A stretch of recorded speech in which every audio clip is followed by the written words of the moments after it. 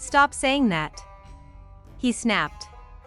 No reason for us to ever see each other again? Well, what about this?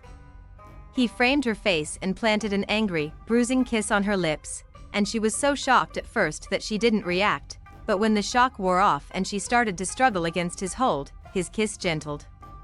His mouth opened and his tongue traced the seam of her lips. It was an invitation she couldn't resist, not when she'd spent the last month missing him every single hour of every day. She welcomed him in, and he groaned, the sound smothered against her mouth. He deepened his kiss, taking just that little bit more before ending it and stepping away from her, leaving her reeling. There's that, he said triumphantly, pointing a finger at her, and she shook her head to clear her befuddled senses. We know we have chemistry, she said. Her tongue flicked out to taste him on her lips, and he groaned at the gesture. We'll probably always have chemistry, but let's face it, that's all we ever had, all we'll ever have. It's not enough. I'm getting sick of you leaving me, Cleo. I didn't leave you, Dante. Why do you have to be so damned unreasonable? It was a familiar refrain, one she had heard from him in various forms of exasperation before. Sometimes I don't even know why I bother. I don't know either, she said, her absolute confusion showing in her face and in her voice. So you're living with Callum again? He asked, changing the subject. It's just temporary. And how have you been? After everything? Fine, she said.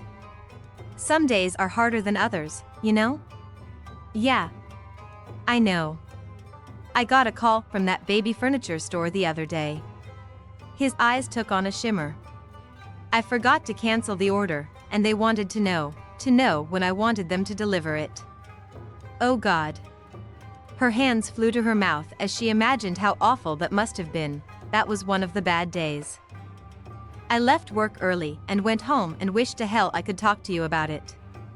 Only you weren't around, and I got sick of giving you time to come to your senses, so I came to fetch you home. Wait, are you saying you knew where I was? Dulzura, please, you forget that I am Dante Damaso. I have wealth, power, and influence at my fingertips. She rolled her eyes, old habits surfacing in his presence, also ego, she added. He sent her a quelling glance before continuing. I knew you were with Callum. It was just a matter of finding out which company he danced for, and there aren't many options in Durban. Once I figured that out, a quick phone call told me exactly where he was staying. I've known since almost the beginning. But I wanted to give you time to figure this out by yourself.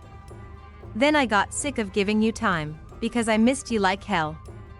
What? I spent Christmas with your brother in blue, he said. Because they felt sorry for my pathetic ass. I was always calling them and asking if they'd heard from you and wanting to know if you were okay. Cleo knew that Blue and Luke had both told her stories of how Dante kept questioning them about her well-being. She had thought it was just polite concern, but looking at him now, she could see it was far from that. Damn you, Cleo. You gave me a home and family, and then you just took it away from me. He hissed. We lost Zach, we didn't have to lose each other too. Okay, back up a second, she said. You're making no sense, Dante. Before I lost the baby, we had an arrangement. I'd move out with Zach and set up house in an apartment you provided, and you would play the role of his glorified uncle or something. That was the extent of our relationship. We were living together for convenience, and you never once hinted at anything different. I asked you to marry me, he reminded her, his nostrils flaring with irritation, because you wanted Zach. She said, no, you idiot. He was practically yelling now, and she blinked at the spectacular emotional explosion she was witnessing from the famously cool Dante Damaso. This was just fascinating. Because I wanted you. She stumbled backward and sat down on the hard couch with a thump. What? He sighed and sank down on the couch next to her. I mean, of course I wanted the baby, but I wanted you too. No, let me rephrase, I wanted you especially. How? I'm not great at talking about things like this, he said with a wince, keeping his gaze straight ahead while she kept hers fixed on his stark profile. Give it a go. When we first slept together in Tokyo, that was just sex, but I couldn't stay away from you for the entirety of that trip. Despite trying my damnedest to leave you alone every night. You didn't seem to try very hard. She sniffed. No, you're wrong. I tried exceptionally hard, and yet every night we just wound up in bed together. Maybe I should have known then, but I wouldn't see it. I told myself I just needed to get you out of my system. We had some crazy chemistry, and it would eventually fade. Only it didn't. It got worse. I mean, we had sex on my desk. On my desk. He sounded mildly astonished by that fact. I stepped over a line that day, and I didn't even care. I transferred you out of my office and figured that was that. But it wasn't. Every day, Cleo. I thought about you every bloody day. Well. She wasn't sure how to respond to that. He was now facing her, his eyes glowing with a powerful emotion. Then you came to my office and told me you were pregnant. And with all the confusion that followed, with the craziness, the disbelief and doubt and all those hurtful, angry words we exchanged, I never saw it. I didn't recognize you. He sounded completely confused, and Cleo shook her head, not understanding. What? I didn't know who you were. His voice bordered on desperate, and the intensity in his eyes deepened as he struggled to verbalize his emotion. Do you understand? No, she said regretfully. She wished she did, because she sensed that this meant a lot to him, and his inability to explain it was frustrating to both of them. I'm sorry, Dante, I don't. He glanced upward as if seeking answers from the heavens and then brought his gaze back down to hers. When we first met, I saw a pretty woman. One who immediately set off my internal alarms. Instant dislike, I told myself. Stay away from her, she'll annoy the ever-loving hell out of you. But I couldn't stay away. Before Tokyo you were in my space day in and day out. I kept farming you out to other people just so that I could get some work done. Because you did annoy me, aggravate me, shatter my concentration, and you made me feel damned uncomfortable in my own skin. I couldn't wait to get rid of you, even while I couldn't seem to stay away from you. But back then I didn't know who you were, not even after we made love. Made love? What had happened to his other recruiter, term for it? Even after that, I didn't recognize you. Dante, I don't understand. And she desperately wanted to understand. You're it, Cleo, he snapped, clearly annoyed with himself for losing his grasp on the English language so completely. You're her. You're my she. My other. Mine. What? She whispered in disbelief. Even with his incoherence and his accent thickening on every syllable. Cleo was starting to understand. And what she thought she understood was utterly unbelievable. You're mine. The one who was put on this earth for me. And I'm so damned sorry I didn't recognize you immediately. I was stupidly prepared to let you walk out of my life forever, but fate stepped in and gave us Zach, he said, his voice breaking as he dashed at the tears in his eyes. And Zach gave me a chance to see and finally recognize you. Dante, she said, her voice wobbling slightly, take a deep breath and tell me in easy English so that I... No, I'm not going out of my mind here. What are you trying to say? I'm trying to say that I'm an idiot. A blind fool. And that I already lost Zach, and I don't want to lose you too. Because my life is shit without you. I'm saying that I adore you. I revere you. I cherish you. I fucking love you, Cleo. Her hands flew up to her mouth to stifle her gasp, and she simply stared at him in shock. I love you and you keep leaving me, he said angrily. Well, it's not like I knew you loved me, she said logically, and he glared at her. I know I've been an asshole, he said, his voice earnest. And that it's probably hard to imagine yourself ever caring for me or loving me, but I'm trying to change, Anne.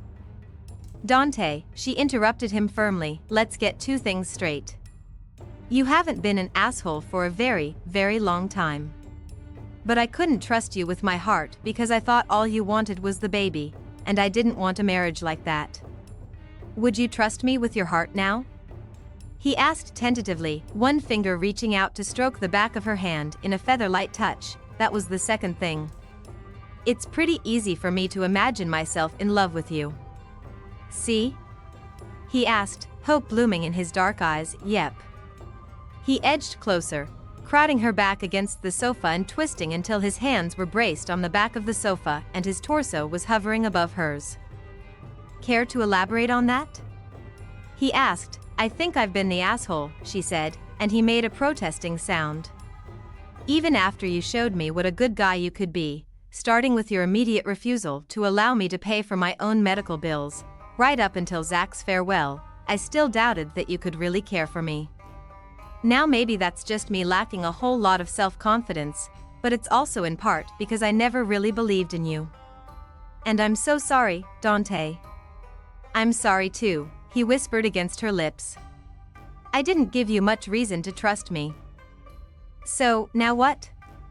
She asked. A couple of things, he said, digging into his jacket pocket and tugging out a long black jeweler's box.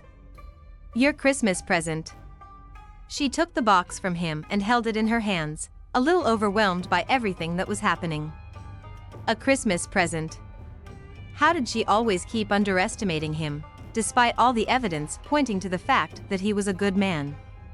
Cleo had never felt more foolish or more humble than she did in that moment. Open it, he urged, and she cracked the box open and gasped when she saw what was nestled inside. It was a tiny, heart-shaped gold pendant, with a minute off-center diamond catching the light. The pendant hung from a delicate chain. It's lovely, she said, smiling. I don't know how you're going to feel about this, but it seemed like the right thing to do at the time, he said quietly, and she peered up at him curiously. What do you mean? I removed a small portion of Zach's ashes from his urn the night before we scattered them and had this pendant made for you. I thought that maybe after you've had time to think about it, you'd like the idea of carrying part of him close to your heart at all times. Are you saying the ashes are in here? She asked in disbelief. The heart looked boxy but absolutely seamless except for the small holes running through the top for the chain. As she inspected it, she noticed the curling script on the back of the pendant. They seal it after they place the ashes inside.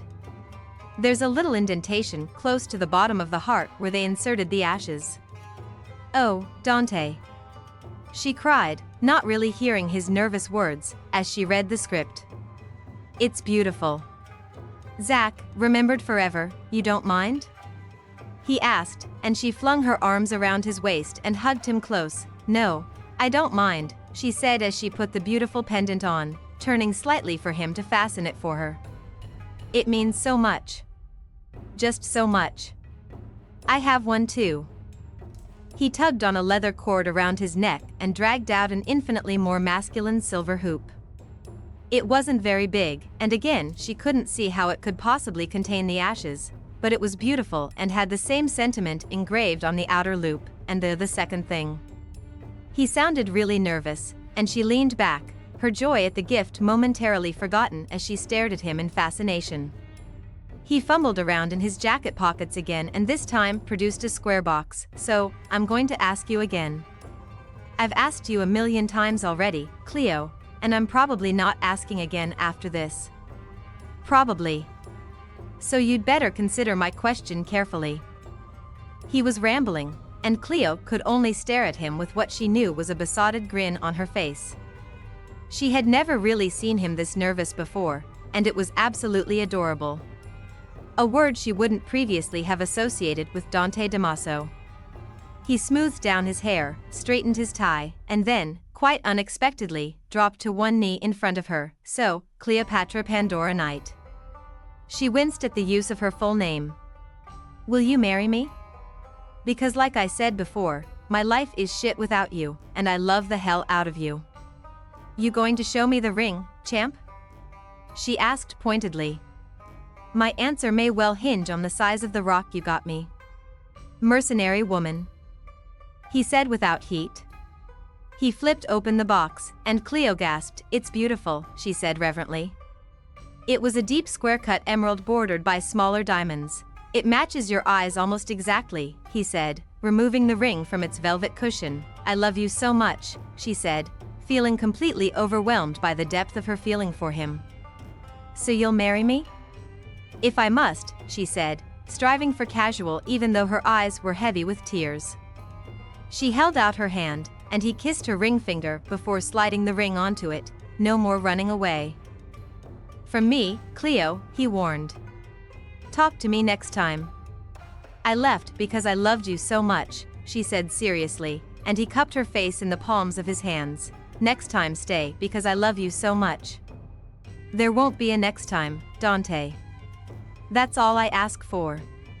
He kissed her deeply, and by the time he ended the kiss, she was straddling his lap, his tie was undone, and his shirt was unbuttoned halfway down his chest. "I've missed you," she said, and leaned in for another drugging kiss, which he happily reciprocated, his hands cupping her butt. "I'm sorry I left. The first time you proposed, I thought you wanted to marry me because of Zach, and I never wanted you to feel trapped or obligated to marry. After he died, I thought we were just helping each other cope with the grief. No more talk. I've missed more than your weird sense of humor and your appalling taste in movies, you know," he said seriously. "Oh? Yep, I've missed tasting this mouth," he growled, before leaning up to do just that. "It wasn't nearly long enough or satisfying enough. And I've missed this highly cuppable little bum." Again, action to match his words. Cleo squirmed with excitement and wondered where he was going next. "Oh God, and these sensitive little beauties have haunted my dreams." Her breath quickened in anticipation, and she wriggled on his lap, excited for what was to come. "My mouth has been empty without them too." "Well, hello." The masculine voice coming from such close proximity shocked the hell out of both of them. Cleo squealed and tried to jump off Dante's lap, but his palms flattened against her hips and kept her in place. "You stay right there. At least until after I've managed to lose the hard-on," he warned under his breath, and she collapsed against his chest in a fit of giggles, hiding her face from Cal, whom neither of them had heard come home. "Nice to see you again, Mr. D," Cal said in a voice that sounded wholly insincere. "You might as well call me Dante, since you'll be seeing so much more of me in the future." "And why would that be?" Cal asked, keeping her face buried in Dante's chest, not so much because of embarrassment but because it smelled so wonderful there. Cleo held up her left hand for Cal's inspection. He gasped and grabbed her hand. "Now that's a serious rock," Cal said. "'Bout time you made an honest woman out of her." His tone changed, going deeper and more serious. "I wanted to tell you I was sorry to hear about the baby.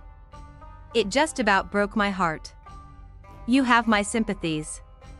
"Thank you, Callum," Dante said sincerely. "That means a lot. So, look, this is a one-time deal. I'm gonna take some clothes and head over to a friend's and stay the night. Knock yourselves out, but do not, for the love of God, have sex on my bed." Cleo sniggered, and after an experimental wiggle, figured it was safe to climb off Dante's lap. She launched herself at Cal and hugged him fiercely. "Thank you," she said. "For everything. Anytime, hon, anytime." A couple of hours later, sated and exhausted, Dante and Cleo lounged on the sleeper couch, completely naked. "I've never made love on a sleeper couch before," he said bemusedly, and Cleo giggled. She felt absurdly happy. "It's called slumming it. I mean, we could have gone to the Damaso International Hotel on the Golden Mile," he said, referencing Durban's famous beach strip. "But the thought never even occurred to me." "So, some stuff to talk about," she said, toying with his pendant as she sat on his lap. He looked and sounded exhausted. "I hate that penthouse. We're getting a real house." "Bossy," he said on a yawn, "and we're having a proper wedding with a big white dress and a tux and everything. But you're paying for it because I'm totally poor." He snorted as his hands roamed absently up and down her slender back. "We're honeymooning in Japan," he added.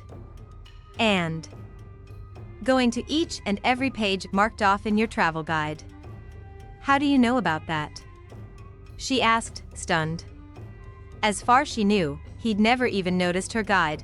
"Please, you were poring over that thing every time we were in the car with Daisuke, asking him questions about places that interested you in the book. Most evenings, I had Daisuke drive by some of those places so that, even though we didn't have the time to properly visit them, you could have a sense of what they were like. I wondered if that was your doing, she said. It had been a kind and considerate gesture, to say the least. I also happened to leaf through the book one day while you were in the bathroom. Sneaky. She tut-tuted. Hey, it was just lying there, in full view at the top of your handbag, he joked. I also wanted to discuss children, she said, and he went still, obviously bracing himself for something. I'd like to hold off on another baby for a couple of years, if that's okay. That's fine with me, Dulzura. I get to have you all to myself for a while. He looked so relieved by her comment that she was curious. What were you expecting me to say? She asked. I was concerned that maybe you never wanted another one. What would you have done if that were the case? He considered her question carefully. I would have left you to think it over a little longer, and in a few years' time I would have asked you to reconsider. If you were still adamantly against it, I would have tried steering you toward adoption. You wouldn't have minded? I would have minded very much, but your happiness is my happiness, he said simply, and she cupped his stubbled jaw between the palms of her hands and kissed him.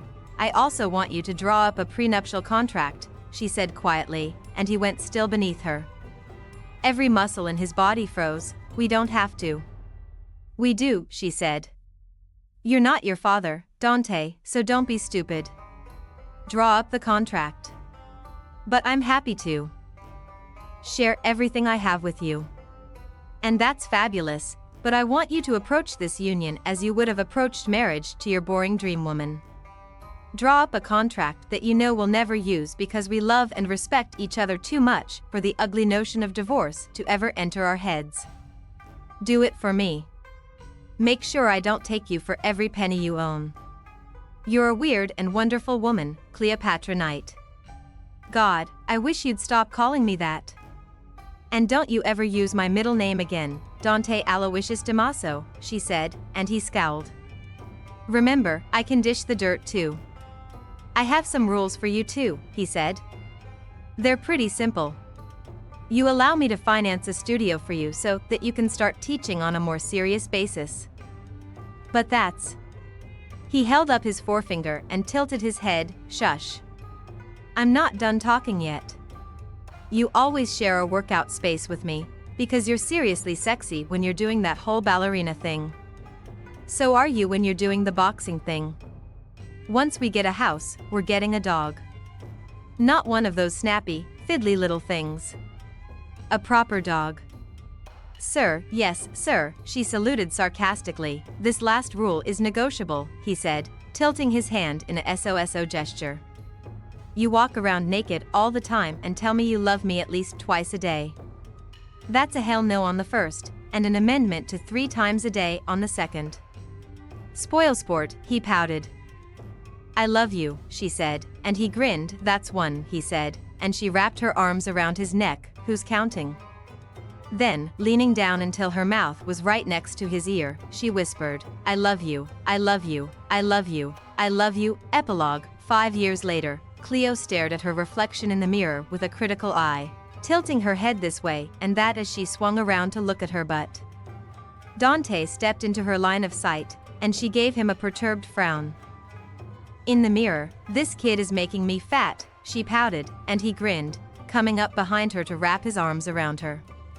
He could barely fit them around her huge stomach. You look beautiful and you know it, he told her, dropping a kiss onto her shoulder. Everybody's here, he murmured. You ready for this? She covered his hands with hers and looked at the picture they presented in the mirror. Both were wearing white. Dante, a simple shirt and trouser combination that looked devastating on his lean form, and Cleo, a pretty maternity sundress with shoulder ties. Every year on the anniversary of his birth and death, they celebrated the life of the son who had brought them together. During their first 2 years of marriage, they'd gone out on the Arabella to the same spot where they'd scattered his ashes and watched the sunset. They never saw the phosphorescence again, and that made the memory of it so much more special to Cleo. On the third anniversary they changed things up a bit as their daughter, Tamara, had been only a couple of months old, so they commemorated the day differently, planting an oak tree in their garden instead. Afterward, they worked together for months to create a beautiful little remembrance garden around the tree. Dante had a stone bench placed in the garden, and they would often sit there together, or sometimes alone, and think about their lost baby.